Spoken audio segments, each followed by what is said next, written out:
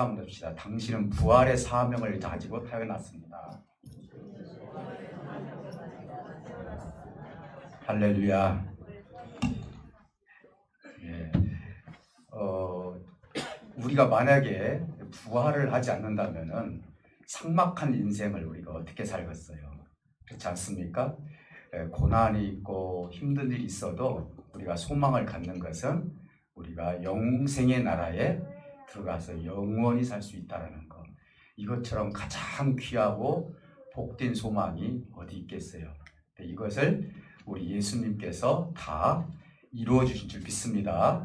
그래서 우리가 이 부활주의를 우리 하나님께 영광과 찬송으로 마음껏 하나님을 높여드릴 수 있는 이 시간이 되시기를 다시 한번 주님으로 축복해 드립니다. 사실 이제 오늘은 창세기하고 예수님께서 십자가에서 죽으시고 부활한 사건이 뭐가 연관성이 있겠냐. 이것은 연관성이 확실히 있는 사건이에요. 그래서 오늘 이 말씀을 통해서 다시 한번 우리가 이 죄를 어떻게 해결해 주셨는지에 대해서 같이 나눠보도록 하겠습니다. 아담이라는 뜻은 여러분 잘 알다시피 사람이에요. 사람 하면 아담이고 아담 하면은 사람이잖아요. 그런데 성경에서 아담이라고 지칭했던 분들이 두 명 있어요. 하나는 창세기 때 우리 하나님께서 직접 흙으로 빚어주시고 그 다음에 코에다가 생기를 넣어주신 다음에 하나님의 형상을 입혀서 창조해 주신 첫 번째 사람, 이를 아담이라고 얘기를 하죠. 그 다음에 이제 두 번째 아담은 누구냐? 이 첫 번째 아담이 죄로 말미암아 실패한 인생 같지만 우리 하나님께서 다시 완전한 사람을 이 땅에 보내주셨어요. 불완전한 사람을 보내준 것이 아니라 완전한 사람이 이 땅에 오셨는데 그분이 누굴까요? 예수님이시죠. 그분은 육체를 가지고 있다 할지라도 완벽하게 사람으로서 사명을 다 감당하시고 그리고 하나님의 나라에 다시 가셨어요. 그래서 성육신하신 두 번째 아담을 우리는 예수 그리스도를 통해서 두 번째 아담이라고 이렇게 얘기를 해요. 그래서 첫 번째 아담은 우리에게 준 것이 뭐예요?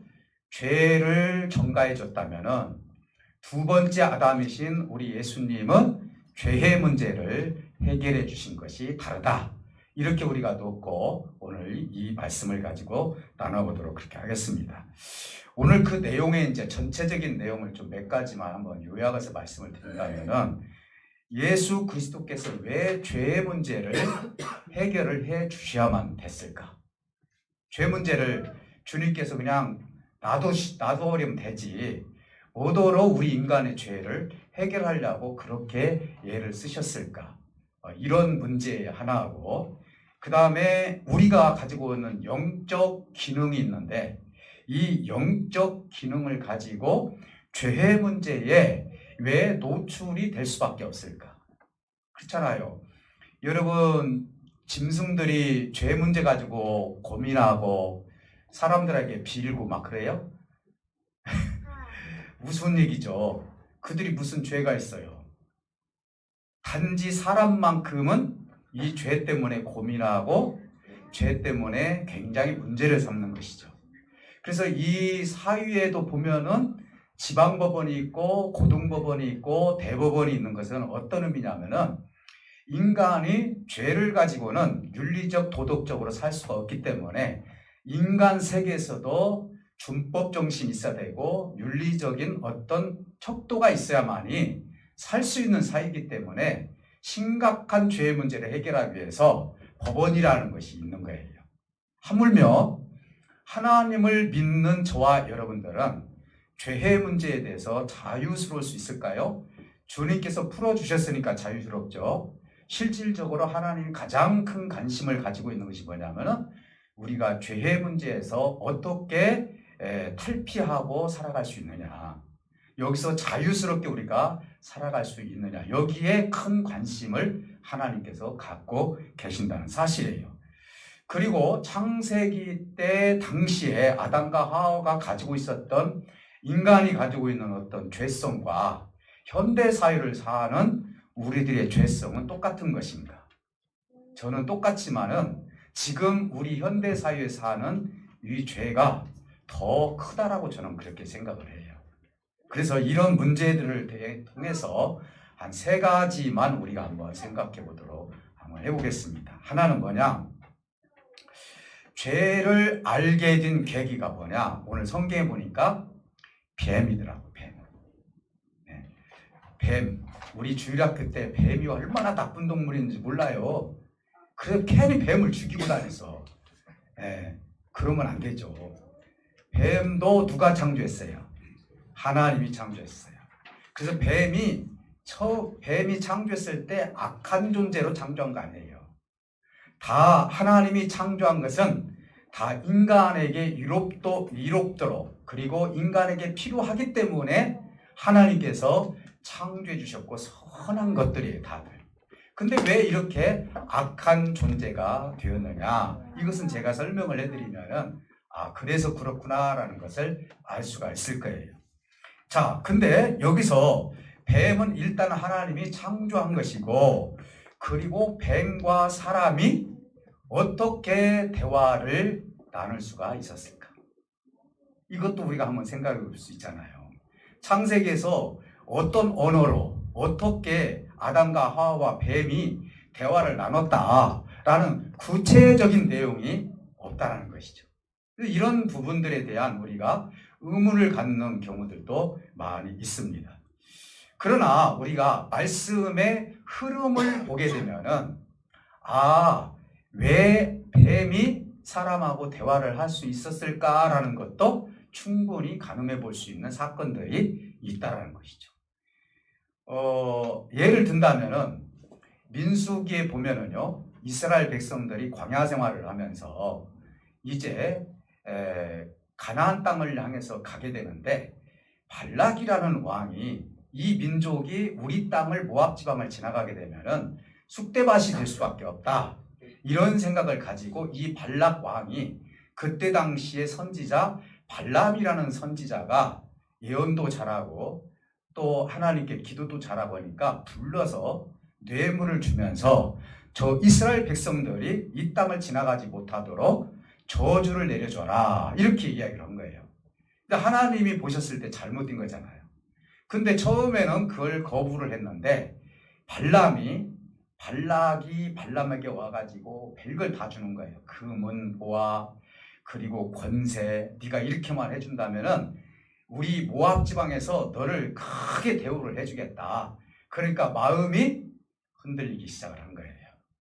그래서 결국은 발락이 한 말대로 이스라엘 백성들을 저주를 하려고 갈 때 발람이 나귀를 타고 가요. 근데 이 나귀의 눈에는 하나님의 군사가 지금 보이는 거, 앞에 못 가게 딱 막고 있는 거예요. 그러니까 이 나귀가 옆으로 벽을 향해서 벽으로 딱 붙으니까 발람이 왜 그러느냐, 평상시보다 네가 왜 다르냐 하면서 채찍질을 하는 거예요. 그때 나귀가 사람의 말을 하기 시작하는 거예요. 주인, 왜 나를 때리느냐 라고 하면서 하나님께서 이 나귀를 통해서 발람에게 이것이 얼마나 잘못되었는지에 대해서 말씀을 하게 하는 거예요. 그러면 사단도 굉장히 힘이 있는 자예요. 그러면 사단도 뱀을 이용해서 충분히 사람의 언어를 가지고 충분히 대화를 나눌 수 있겠구나라는 생각을 하게 됩니다.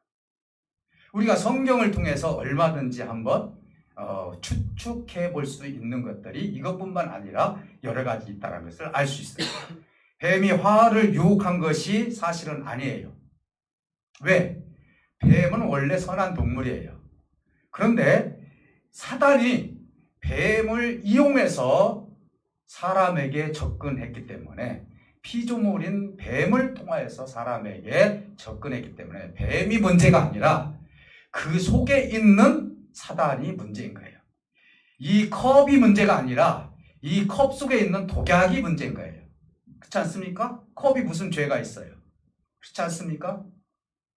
우리가 이렇게 이해를 해보면은 뱀이라는 동물도 하나님이 선하게 창조해 주었기 때문에 실질적으로 강교하다라고 얘기하고 있지만은 뱀은 아주 영리한 동물이에요.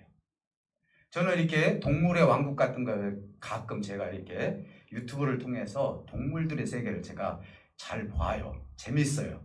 근데요, 동물들도 자기가 육체 다른 동물을 잡아먹기 위해서는요, 혼자 하지 않는다는 것을 알 수 있어요. 합동작전을 하더라고요.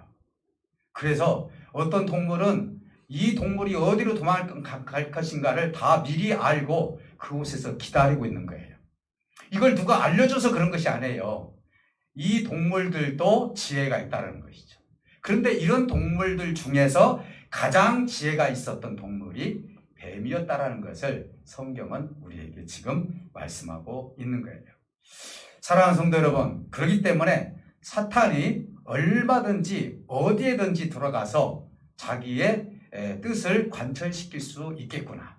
심지어는 사람의 마음속에도 들어가서 얼마든지 사단의 역할을 할 수 있겠구나라는 것을 우리가 한번 가늠해 볼 수 있는 거예요. 사랑하는 성도 여러분, 그렇다면 뱀을 통해서, 지금부터는 사단이라고 하겠습니다. 사단을 통해서 사람에게 죄가 전가가 되었어요. 그리고 결과적으로 죽음을 맛보게 되었어요. 선악과를 따먹게 되면 반드시 너는 죽을 것이다 라고 말씀해 주었기 때문에 어떤 방법을 통해서든지 사람은 선악과를 먹었기 때문에 하나님의 말씀은 절대로 뒤로 물러나는 법이었기 때문에 그걸 먹은 뒤로부터 사람은 죽게 되었다는 사실을 알 수 있어요. 예수님께서도 십자가의 죽음 앞에서 사단과 대결을 하고 있는 거예요.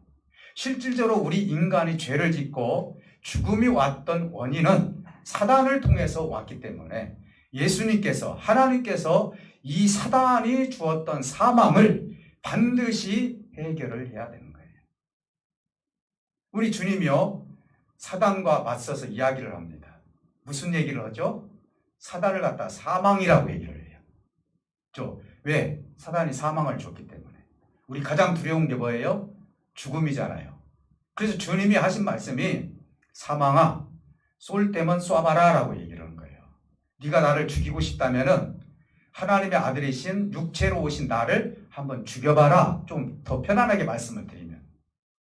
그리고 결국은 사단의 결약을 통해서 예수님께서 죽잖아요. 자, 그러면은 이로 인해서 사람이 죽게 되었고 심지어는 예수님도 죽게 되었다는 사실이에요. 그래서 사단은 사망과 똑같은 의미를 가지고 있는데 예수님께서 왜 하필이면은 사단과 싸워서 사망아 쏠 테면 쏴봐라 라고 하면서 그렇게 이야기를 했을까요? 그것은 창세기에 있는 말씀하고 예수님이 십자가에서 죽기 전에 죄의 문제를 해결하기 위해서는 창세기 3장의 말씀과 예수님이 죽고 부활하시는 이 말씀이 일맥상통하기 때문에 우리 예수님께서 그렇게 말씀하시는 거예요. 이 사망을, 죽음을 우리 주님께서는 해결해 주셔야 돼요. 누구에게? 우리에게. 여러분, 우리가 죽었다고 해서 끝입니까? 아니에요. 아마 여기 계신 분들은 한 사람도 내가 육체의 죽음이 끝이라고 생각하지 않을 것입니다. 적어도 영생의 나라가 있다는 것을 알고 하나님 앞에 지금 예배를 드리고 있다고 저는 믿고 있습니다. 그렇지 않습니까? 영생의 나라를 안 믿고 어떻게 이 자리에 앉아 계실 수 있어요? 다음의 세계가 있다는 것을 아니까 우리가 지금 이 자리에서 하나님을 찬양하고 하나님을 높여드리고 있는 거예요. 사랑하는 성도 여러분, 오늘 이 말씀을 통해서 그러면 왜 하나님께서 사단이 우리 인간의 세계에 들어올 수 있도록 허용을 해 주셨을까? 우리 가끔 그런 얘기를 해요. 선악과도 만들지 말고 그리고 사단도 아예 우리 인간에게 보여주지 않는다면 얼마나 좋은 나라가 될 수 있겠느냐라고 그렇게 생각을 많이 해요. 아니에요. 창조라는 것이 뭐냐면요, 2번 하나님께서 창조해 주셨어요. 우리 이 세상에 처음에 창조했던 것이 빛이잖아요. 우리가 이 모든 지구를 창조해주고 우주 삼라만상을 창조하기 전에 먼저 창조했던 것이 뭐냐면은 하나님의 천군 천사를 창조해 주셨다는 거예요. 하나님의 세계. 그러니까 하나님의 세계는 천사와 천군들이 어마어마하게 많이 있다는 거예요. 그리고 나서 그곳에서 어느 정도 구조가 갖춰진 상태에서 인간의 세계를 창조해 주신 거예요. 그래서 태초에 천지를 창조하시니라. 이 태초는 우리가 생각하는 태초가 아니에요. 인간이 생각하는 태초를 얘기하는 것이고, 그 전에 이미 하나님의 세계에서 또 하나님은 천군 천사를 창조해 주셨다는 거예요. 그 중에 아주 고등한 천사가 하나 있었는데, 그 천사가 하나님의 모습을 보니까 너무 화려하고 너무 탐스러운 거예요. 그래서 하나님의 세계, 하나님의 권위를 침범을 했고, 그러므로 말미암아 이 권위를 침범했던 그 천사가 바로 사탄이 되었다는 사실이에요. 그러니까 결국은 뭐예요? 하나님의 세계에 있었던 타락한 천사가 이 땅에 내려와서 하나님의 형상을 닮은 인간과 하나님과의 중간 사이에서 방해를 부리는 것은 당연한 원리가 아니겠습니까? 그래서 이 세상에 죄가 들어왔어요. 사단이 들어왔어요. 그러면 언제까지 사단이 활동을 하는 것입니까? 참 답답합니다 라고 할 수도 있어요. 그러나 요한계시록에서는 반드시 사단이 끝나는 날이 있다라고 하나님은 말씀하고 있는 것입니다. 그것이 언제입니까? 계시록 9장하고 그리고 계시록 20장에 보니까 천년 왕국이 오게 되면은 이 타락한 천사와 악한 영들을 무저갱 속에 천년 동안 가두는 날이 있을 것이다. 사실 우리가 지금 불협화음이 일어나고 용서하지 못하고 그리고 갈등을 겪고 있고 여러분 삶 가운데 여러 가지 지금 충돌하는 일들이 다 어떤 세력에 의해서 이런 일들이 벌어지고 있다고 생각합니까?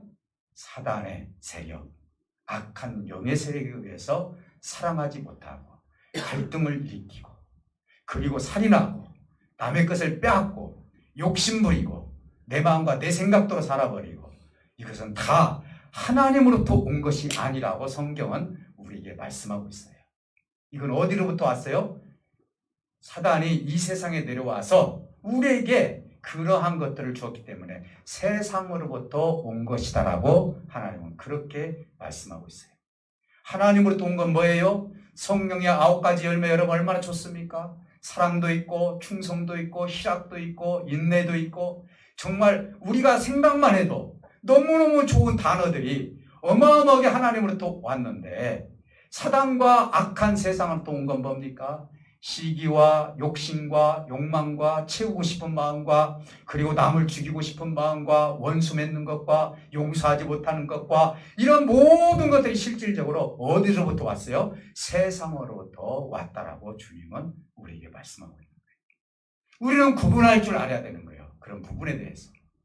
사랑하는 성도 여러분, 사람은 하나님의 형태를 가지고 그 형태를 가지고 있기 때문에 반드시 사단의 세력은 우리를 넘어뜨리려고 할 것입니다. 그래서요, 죄의 세력은 바로 누구냐? 사탄이에요. 그래서 죄의 배후의 세력은 사탄이고 그리고 유혹에 넘어간 것은 누구냐? 사람이에요. 사람이 먼저 죄가 시작된 것이 아니에요. 사단으로부터 우리가 유혹을 받아서 죄가 시작이 되었고 우리는 그 유혹에서 죄로 말미암아 하나님과 반대되는 행동을 할 수밖에 없는 나약한 존재가 되었고 오늘 부활주의를 맞이해서 그 문제를 해결해 주시기 위해서 그 죄에서 아무런 조건 없이 예수 그리스도의 십자가의 보혈의 피만 네가 믿으면은 죄에서 자유를 얻을 것이라고 주님께서 말씀해 주셨기 때문에 우리는 죄에서 자유를 누릴 수가 있는 거예요. 사랑하는 성도 여러분, 오늘 두 번째 우리가 생각해 볼 문제는 사단은 지금도 하나님에 대한 우리의 신앙심을 다시 바꾸기를 원하는 거예요. 자꾸 뭐예요? 관점을 바꾸게 하는 거예요. 이단들이요, 무슨 관점을 바꾸냐면 현재 존속하는 교회가 잘못되었다라는 관점을 자꾸 바꿔주는 거예요. 그래서 기존에 있는 교회는 잘못되었다라고 자꾸 바꿔지니까 성도들이 잘못되었구나라는 관점으로 가게 되는 거예요. 사단이 하는 일들은 뭐냐? 내가 하나님을 열심히 말씀을 통해서 그 관점대로 지금 살아가고 있는데도 불구하고 사단은 자꾸 잘못된 관점을 우리에게 심어준다는 거예요. 그러면서 유혹하고 하나님의 말씀을 애곡하고 있다는 사실. 이것이 누가 하는 일이냐? 사단이 하는 일이에요. 그래서 사단이 하는 일은 창세기뿐만 아니라 지금도 현재 진행형으로 우리 마음속에 역사하고 있어요. 사단은요, 심지어는 예수님 제자 중에 한 사람에게도 역사했어요. 베드로가 뭐라고 했습니까? 주님, 절대로 십자가 져서는 안 됩니다. 그때 예수님이 하신 말씀이 뭐예요? 사단아, 뒤로 물러가라. 너는 육체의 일만 생각하는구나 하면서 책망했죠. 마귀가 사단이 예수님의 제자라 할지라도 그 당시에 그 속으로 들어올 수 있는 거예요. 하물며 우리 마음속에 사단이 침범해서 들어올 수 있을까요? 없을까요? 있죠. 얼마든지 있는 개연성이 있다는 것을 알 수 있습니다. 사랑하는 성도 여러분, 우리는 말씀보다도 때로는 생각을 심어주는 이 전략 속에서 말씀을 지키기보다도 내 생각을 지키려고 할 때 실패하는 경우들이 많이 있습니다. 많은 교회들이요, 교회가 넘어지고 실패하는 것은 뭡니까? 이유가 뭡니까? 말씀 중심으로 가지 않고 사람 생각으로, 철학으로, 전통으로 그 생각을 앞세우다 보니까 교회가 무너지는 일들이 비일비재하다는 것을 알 수가 있는 거예요. 사랑하는 성도 여러분, 사단은 여자와 대화해서 이미 이 여자는 정복을 당하고 있다는 거예요. 사단과 이야기하면서 여기 쳐다보시고요. 사단과 이야기하면서 넘어간 게 아니에요. 이미 이 여자는 넘어갔어요. 그 이유가 뭐죠? 사단의 질문에 꼬박꼬박 대답을 하고 있기 때문이에요. 넘어간 거예요, 이미. 여러분, 요즘 보면은 많은 전화로, 여러 가지 전화로 우리를 무엇을 해달라고 이렇게 전화가 와요. 오죠? 그러면 처음부터 끊는 사람이 있는가 하면은, 그래도 듣다 보면은 적어도 10분, 20분 내가 손해보는 경우가 있어요, 시간이요. 벌써 사단이 지금 하는 얘기를 꼬박꼬박 대답을 했다는 것은 이 하와의 마음속에 여전히 사단이 하고자 하는 그 마음으로 지금 지배를 당하고 있다는 사실을 알 수가 있는 거예요.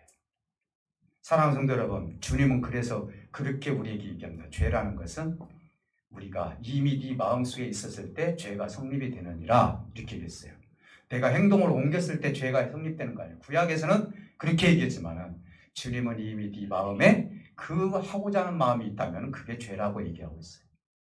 얼마나 이게 심각한 겁니까? 여자도 마찬가지예요. 자, 그러면서 선악과를 단순한 열매로만 생각해서는 안 되는 거예요. 뭡니까? 이 선악과는 뭐예요? 하나님의 질서와 그리고 하나님의 통치를 나타내는 거예요. 이건 뭐냐? 사단이 하나님의 질서를 깨트리고 하나님의 통치를 깨트리려고 하는 계략이에요. 하나님을 통해서는 못 깨니까 피조물인 사람을 통해서 하나님과 관계를, 질서를 깨버리고 하나님의 권위를 하나님이 만들어 온 사람을 통해서 깨트려 버리려고 하는, 이것이 사단의 계략이 되었다는 것을 알 수가 있는 거예요. 사단의 질문은 두 가지로 제가 정리를 한번 해봤어요. 두 가지로. 여기가 다 질문이 있지만 첫 번째 질문은 뭐냐면요, 의혹을 불어넣는 질문이에요. 우리가 누군가가 질문을 할 때는요, 그 질문을 여러분들이 잘 생각을 해봐야 돼요. 근데 사단이 기가 막힌 질문을 하와에게 합니다. 그 질문을 제가 한번 다시 리바이벌 해서 말씀을 드릴게요. 하와야, 하나님이 너희에게 동산 모든 나무의 열매를 먹지 말라 하시더냐? 질문이 옳은 것 같잖아요. 동산 모든 나무의 열매를 먹지 말라 하시더냐? 이렇게 지금 질문을 했어요. 여러분, 여기서 지금 우리가 한번 생각해 볼 문제가 있어요. 무슨 문제입니까? 선악과와 동산에 있는 모든 열매를 사단은 같이 취급을 하고 있다는 거예요. 선악과가 얼마나 중요해요. 근데 동산 나무의 모든 열매 속에 뭘 집어넣었어요? 선악과를 집어넣은 거예요. 우리가 가끔 그러잖아요. 교회를 비판할 때 어떤 한 교회가 잘못된 길을 갔어요. 그러면은 통틀어서 대한민국의 교회가 잘못됐다고 얘기하는 거예요. 뭐와 달라요? 안 그래요? 지금 사단은요, 이 질문을 통하여서 하와에게 저 선악과의 중요성을 자꾸 잊어버리고 다른 실과의 나무에 열매하고 동일하다라는 생각을 자꾸 심어주기 시작을 하는 거예요. 그러니까 얼마나 심각한 질문이 차라리 안 들었으면 더 좋지 않았을까요? 그래서 이 동일한 질문을 통해서 하나님께서 세워주신 질서와 그리고 통치를 상징하는 선악과의 가치를 다 떨어뜨려 버리고 의혹을 갖게 했던 것이 사단의 질문이에요. 우리 주님은요, 아무리 작은 거라 할지라도요, 주님은 절대로 소홀히 하지 않았어요. 주님은 이렇게 말합니다. 양 100마리 중에 길을 잃어버린 한 마리에 관심을 가지고 있었어요. 그렇지 않습니까? 근데 사단은 거꾸로 하나님이 가장 중요시 여기는 것을 뚱쳐가지고 동산 실과를 똑같이 취급을 했어요. 우리 주님은요, 100마리 중에 한 마리를 얼마나 중요시 여겼는지를 우리에게 말씀하고 있어요. 10드라크마 중에서 그 목걸이 중에서 한 개가 없어졌을 때 주님은 그 한 개를 얼마나 중요시 여겼는지 몰라요. 잃어버린 한 개. 두 아들 중에서 한 아들이 하나님을 떠났을 때 잃어버린 그 한 아들을 얼마나 중요시 여겼는지 몰라요. 근데 사단은 똑같이 여기는 거예요. 그물이 그물이라고 생각을 하게 하는 거예요. 사랑하는 성도 여러분, 의혹을 가진 하와의 답변을 보면은요, 기가 막힌 답변을 합니다. 사단은요, 이것을 원했어요. 하와가 뭐라고 얘기합니까? 선악과를 먹지도 만지지도 말라고 했다, 하나님이. 그리고 죽을까 하노라 했다, 이렇게 얘기하는 거예요. 사단의 계략은 너무 이제 성공한 거예요. 선악과를 먹지도 만지도 먹지 말라고 하면 당연히 맞아요. 근데 어디 만지지 말라고 했습니까? 먹기 전에는 만져야 되잖아요. 그리고 죽을까 하노라는 건 뭔 의미예요? 죽을 수도 있고 안 죽을 수도 있고. 사단이 원했던 건 바로 그거예요. 네가 지금 가지고 있는 이 관점을 자꾸 선악과에 대해서 자꾸 비하발을 하는 거예요. 저거 먹으면 죽을 수도 있고 안 죽을 수도 있다고 했다라고 이야기를 하는 거예요. 사랑하는 성도 여러분, 의혹을 주는 질문 하나가 사단이 원하는 대로 지금 다 기워가고 있는 거예요. 사랑하는 성도 여러분, 사단은 말씀을 왜곡하여서 새로운 관점을 찾고 하와에게 심어줍니다. 우리가 하나님의 말씀대로 지금 살고 있는데 자꾸 우리에게 다른 잘못된 관점, 이 말씀을 이렇게 해석을 해야 돼, 비유적으로 이렇게 해석을 해야 돼, 그래서 자꾸 관점을 바꿔줘요. 이단들이 하는 짓 아닙니까? 사랑하는 성도 여러분, 그러면서 너희가 결코 죽지 않을 것이다 라고 얘기를 해요. 새로운 관점 주죠? 죽지 않아. 너 그거 따먹어도. 그리고 눈이 하나님과 같이 되어서 네가 선악을 분별할 수 있어 라고, 나도 하나님처럼 되는구나 라고 하면서 관점을 자꾸 바꿔주기 시작합니다. 그러면 어디가 메리트가 있어요? 인간적으로 봤을 때 선악과가 얼마나 좋아 보이겠어요? 그렇지 않습니까? 그러니까 그 결과, 관점을 바꾼 결과 하와의 입에서 뭐라고 나오느냐? 먹음직도스럽고 보암직도스럽고 지혜롭고 탐스러울 뿐만 아니라 정말 너무 좋아 보인다는 관점으로 완전히 다 180도로 바뀌어버린 거예요. 전하는 것이죠. 우리의 관점이 자꾸 바꿔지기 시작하면 하나님의 말씀과 멀어지기 시작하는 거예요. 제가 물어보겠습니다. 여러분들의 생각이 우선입니까? 말씀이 우선입니까? 말씀이 우선이죠. 내 생각, 저도 주의 종으로서 내 생각이 다 옳다라고 하지 않아요. 지금까지 살면서 내 생각이 옳다라고 한 적이 없어요. 내 생각이 조금 잘못될 수도 있다, 이렇게 생각을 해요. 그리고 옳지 못할 수도 있다.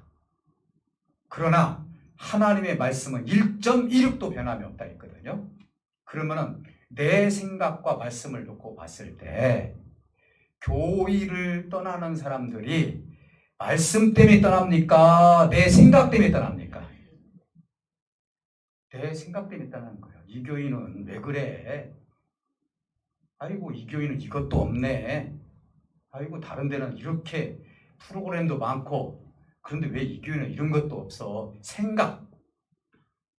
생각에 의해서 하나님이 주시는 정말 주옥 같은 말씀이 이곳에 있는데도 불구하고 그 말씀을 깨닫지 못하고 내 생각에 의해서 움직여지기 시작을 하는 것이죠. 여러분, 우리 성도님들, 오늘 여러분들이 말씀을 들을 때 은혜가 돼요. 근데요, 우리가 살다 보면은요, 여러 가지 성도님들의 생각을 들을 때가 있어요. 시험 들지 마시기를 주님께 축복해 드립니다. 왜? 그 사람의 생각이에요. 왜 내가 상처받아요? 그 사람의 생각을 왜 내가 그걸 받아들여 가지고 내가 상처를 받냐고요. 그 사람의 생각은 생각뿐이에요. 안 그래요? 그래서 우리가 교회에서 보면은요, 그 생각 때문에 사달이 다 나는 거예요. 그래서 우리 성도님들 가끔 보면 당신이 왜 교회를 떠났습니까? 한 10명을 물어보잖아요. 장로가 싫어서. 아유, 저 권사님이 싫어가지고. 아이, 저 하는 행동 보면 내가 진짜 미워 죽겠어. 그 사람 안 보면 죽겠어.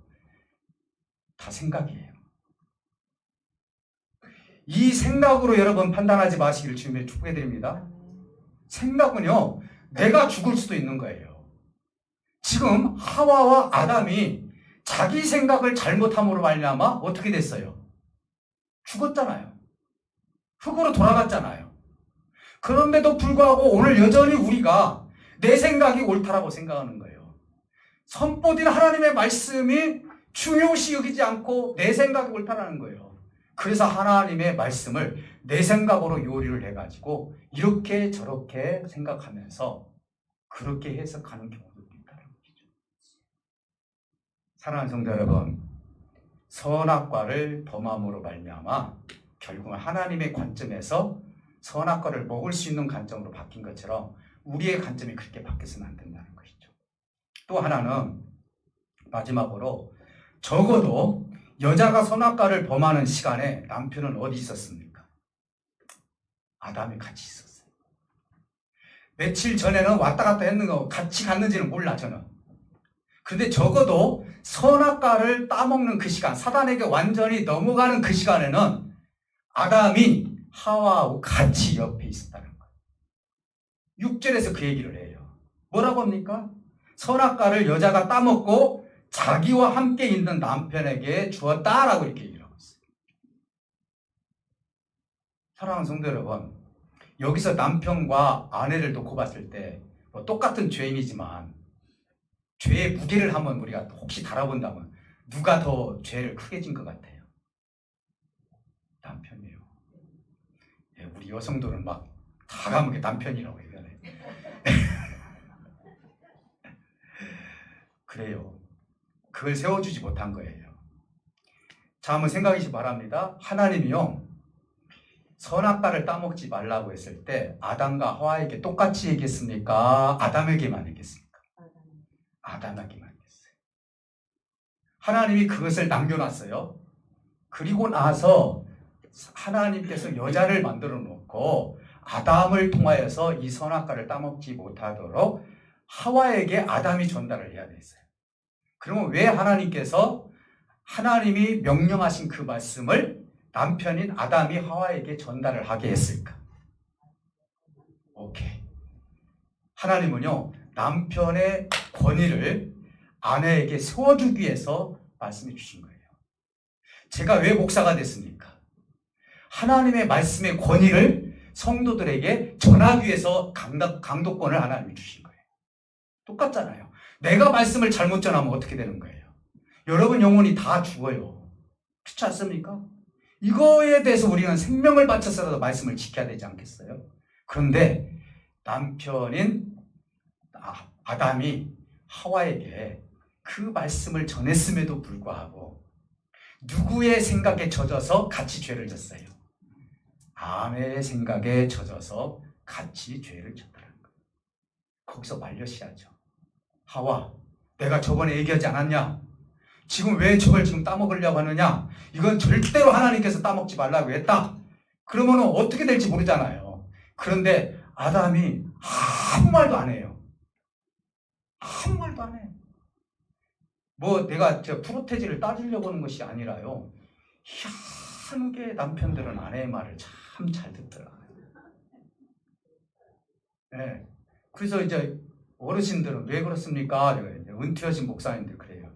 신목사, 가정이 편안하려면은 나 아내의 말 잘 들어야 돼. 그렇게 얘기하는 거예요. 너 밥이라도 한 끼 더 얻어먹으려면 그렇게 하라는 거예요. 그래서 제가 생각을 진짜 이게 옳은 얘기인가? 그러니까. 물론 우리가 서로 화합하고 하는 건 좋죠. 좋은데 하나님의 말씀만큼은 제대로 가르쳐줘야죠. 그렇지 않아요? 그 권위를 세워줘야죠. 그러면 벌써 여기서 남편은 하와에 대해서 책망하고 잘못 되었다라고 지적을 해주는 것은 남편이 자기 자신의 권위를 세워주는 것이고 하나님의 권위를 세워주는 것과 같다는 거예요. 믿습니까? 그래서 쏙닥쏙닥 하면서 아 그래 당신 생각이 옳아.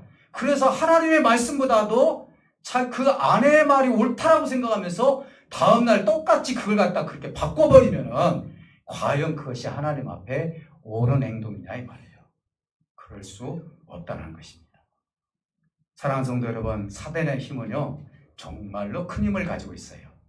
여자를 무너뜨리니까요 남편까지 무너지는 걸 보세요. 그렇잖아요? 저를 무너뜨리면요 교회가 무너지게 돼 있단 말이에요. 이게 원리가 그렇게 돼 있는 거예요. 사랑하는 성도 여러분, 하나님의 지혜는요 사단의 지혜와 달라요. 사단은요 어떻게든지 하나님과 관계를 끊으려고 하잖아요. 그런데 오늘 부활주의를 맞아해서 일맥상통하다는 말이 그 어떤 의미냐, 죽음을 가져왔던 사단의 말을 듣고 죽음을 가져왔던 인간에게, 사람에게 이제는 영원한 생명을 주기까지는 이 죄의 문제를 반드시 해결을 해야 되는 거예요. 그래서 예수님께서 이 땅에 주님이 오시게 된 거예요. 믿습니까? 얼마나 감사한 일이에요. 그래서 사단은 육체만 죽이면 될 것으로 생각을 한 거예요. 그래서 사단과 예수님이 딱 맞섰을 때 사망아, 사단을 사망이라고 했어요. 사망아, 네가 나를 쏠 테면 쏴봐라 라고 했을 때 사단은요 쾌재를 불렀어요. 야, 이제는 끝이구나. 근데 사단이 모르는 것이 하나 있어요. 하나님이 비밀로 한 것이 있어요. 예수님이 부활할 것을 사단이 알았을까요? 몰랐을까요? 아무리 능력이 많이 있었지라도 하나님은 그것을 비밀로 해주셨던 거예요. 절대로 부활할 것이라는 건 상상조차도 못했던 거예요. 아무리 똑똑하고 아무리 능력이 있다 할지라도 인류의 생명을 살리는 일이기 때문에 하나님은 그것을 비밀로 해주셨어요. 그래서 사망아 쏠 때면 쏴봐라 그랬잖아요. 창세기에서 보면은 3장에서 뭐라고 얘기합니까? 여자의 후손은 너의 머리를 칠 것이고, 그리고 사단의 후손은 그의 여자의 아들의 뒤꿈치를 다치게 할 것이다. 이것은 뒤꿈치를 다치게 한 것은 십자가의 사건이고, 부활한 사건은 뭐냐? 사단의 머리를 친 거예요. 치명적인 머리를 쳐버린 거예요.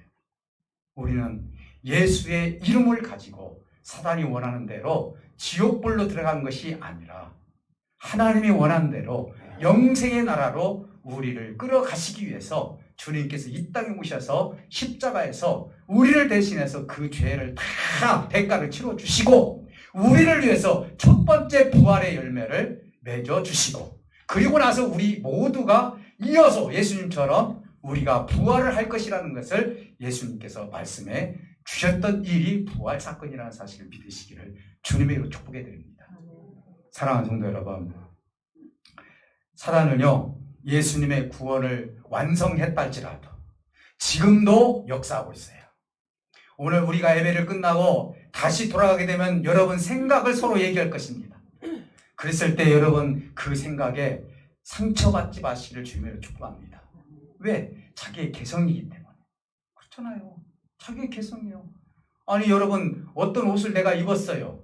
그럼 어떤 사람은 이쁘게 보인다는 사람도 있고 어떤 사람은 참 별로다 옛날 옷 같다라고 할 수도 있고요. 자기의 생각을 얘기하는 거예요. 그렇지 않습니까?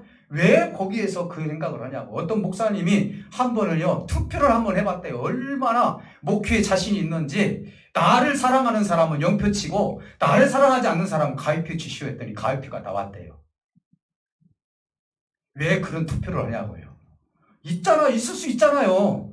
아니, 자기 생각을 지금 얘기를 하는데 왜 그 몇 사람에 의해서 그 동그라미를 쳤던 그 좋은 사람들에 대해서 좋은 감정을 안 갖고 왜 그 생각에 목사님이 서운하다고 그렇게 얘기할 수 있냐 이 말이에요. 다 자기 생각이 있는 거예요. 그렇지 않아요? 저도 만약에 그렇게 하면 가을표가 나올 수 있어요? 그렇지 않아요. 근데 왜 거기에 생명을 거냐고요. 어디에 생명을 걸어야 돼요? 하나님의 말씀의 생명을 걸으시기를 주님으로 축복해 드립니다. 하나님의 말씀만이 우리를 살릴 수 있는 거예요. 생각에 의해서 좌로나 우로나 치우치는 일이 있어서는 절대로 아니 될 줄 믿습니다. 그래서 말씀보다도 생각을 앞세워서 신앙생활하는 일이 있어서는 안 된다. 하나님, 내 생각이 정말 정직한 생각이 되게 해주시옵소서. 내 마음이 정직한 마음을 갖기를 원하나이다 라고 우리가 기도하면서 자꾸 나를 정화시켜야지, 인간적인 생각을 가지고 하나님의 말씀을 넘어서고 하나님의 권위를 넘어서고 하나님이 세워주신 교회의 권위를 만약에 다 무너뜨리려고 한다면 과연 그것이 하나님으로부터 왔는지 아니면 내 생각을 통해서 악한 영으로부터 왔는지를 여러분은 충분히 구분할 수 있는 능력이 저와 여러분들에게 있어야 될 줄 믿습니다. 사랑하는 성도 여러분, 우리가 때로는 실패하고 넘어지다 하더라도 반복되는 죄성을 가지고 산다 할지라도 하나님의 말씀만이 나를 살릴 수 있다는 사실을 가지고 우리가 부활주의를 맞이해서 내가 죽어야만 되지만은 영생을 주님을 통해서 내가 선물로 받았으니 내가 이 세상 사는 동안 하나님의 말씀을 사랑하고 말씀의 뜻을 쫓아서 갈 수 있는 내가 되게 달라고 하나님께 감사하는 이번 부활주의 되시기를 다시 한번 주님의 이름으로 축복해 드립니다. 그날에 우리 모두가 새 몸을 입고 우리 모두가 반드시 만나는 그 영광스러운 자리를 생각하면서 오늘 하나님께 기쁨을 드릴 수 있는 부활주의 되시기를 주님의 이름으로 축복해 드립니다. 우리 다 같이 기도하실 때 우리 하나님께서 함께 해줄 줄 믿습니다. 하나님이 주시는 이 말씀, 나는 죽을 수밖에 없었지만은 오늘 이 시간 다시 한번 주님의 뜻을 이루기를 원합니다. 주님, 나를 위해서 우리를 영생으로 인도해 주시니 감사합니다. 아버지, 하나님, 내 생각을 앞세우지 않고 하나님의 말씀을 앞세우는 우리가 되게 달라고 우리 다 같이 기도하고 아픈 부위에 손을 얹고 기도할 수 있도록 하겠습니다. 하나님 감사합니다.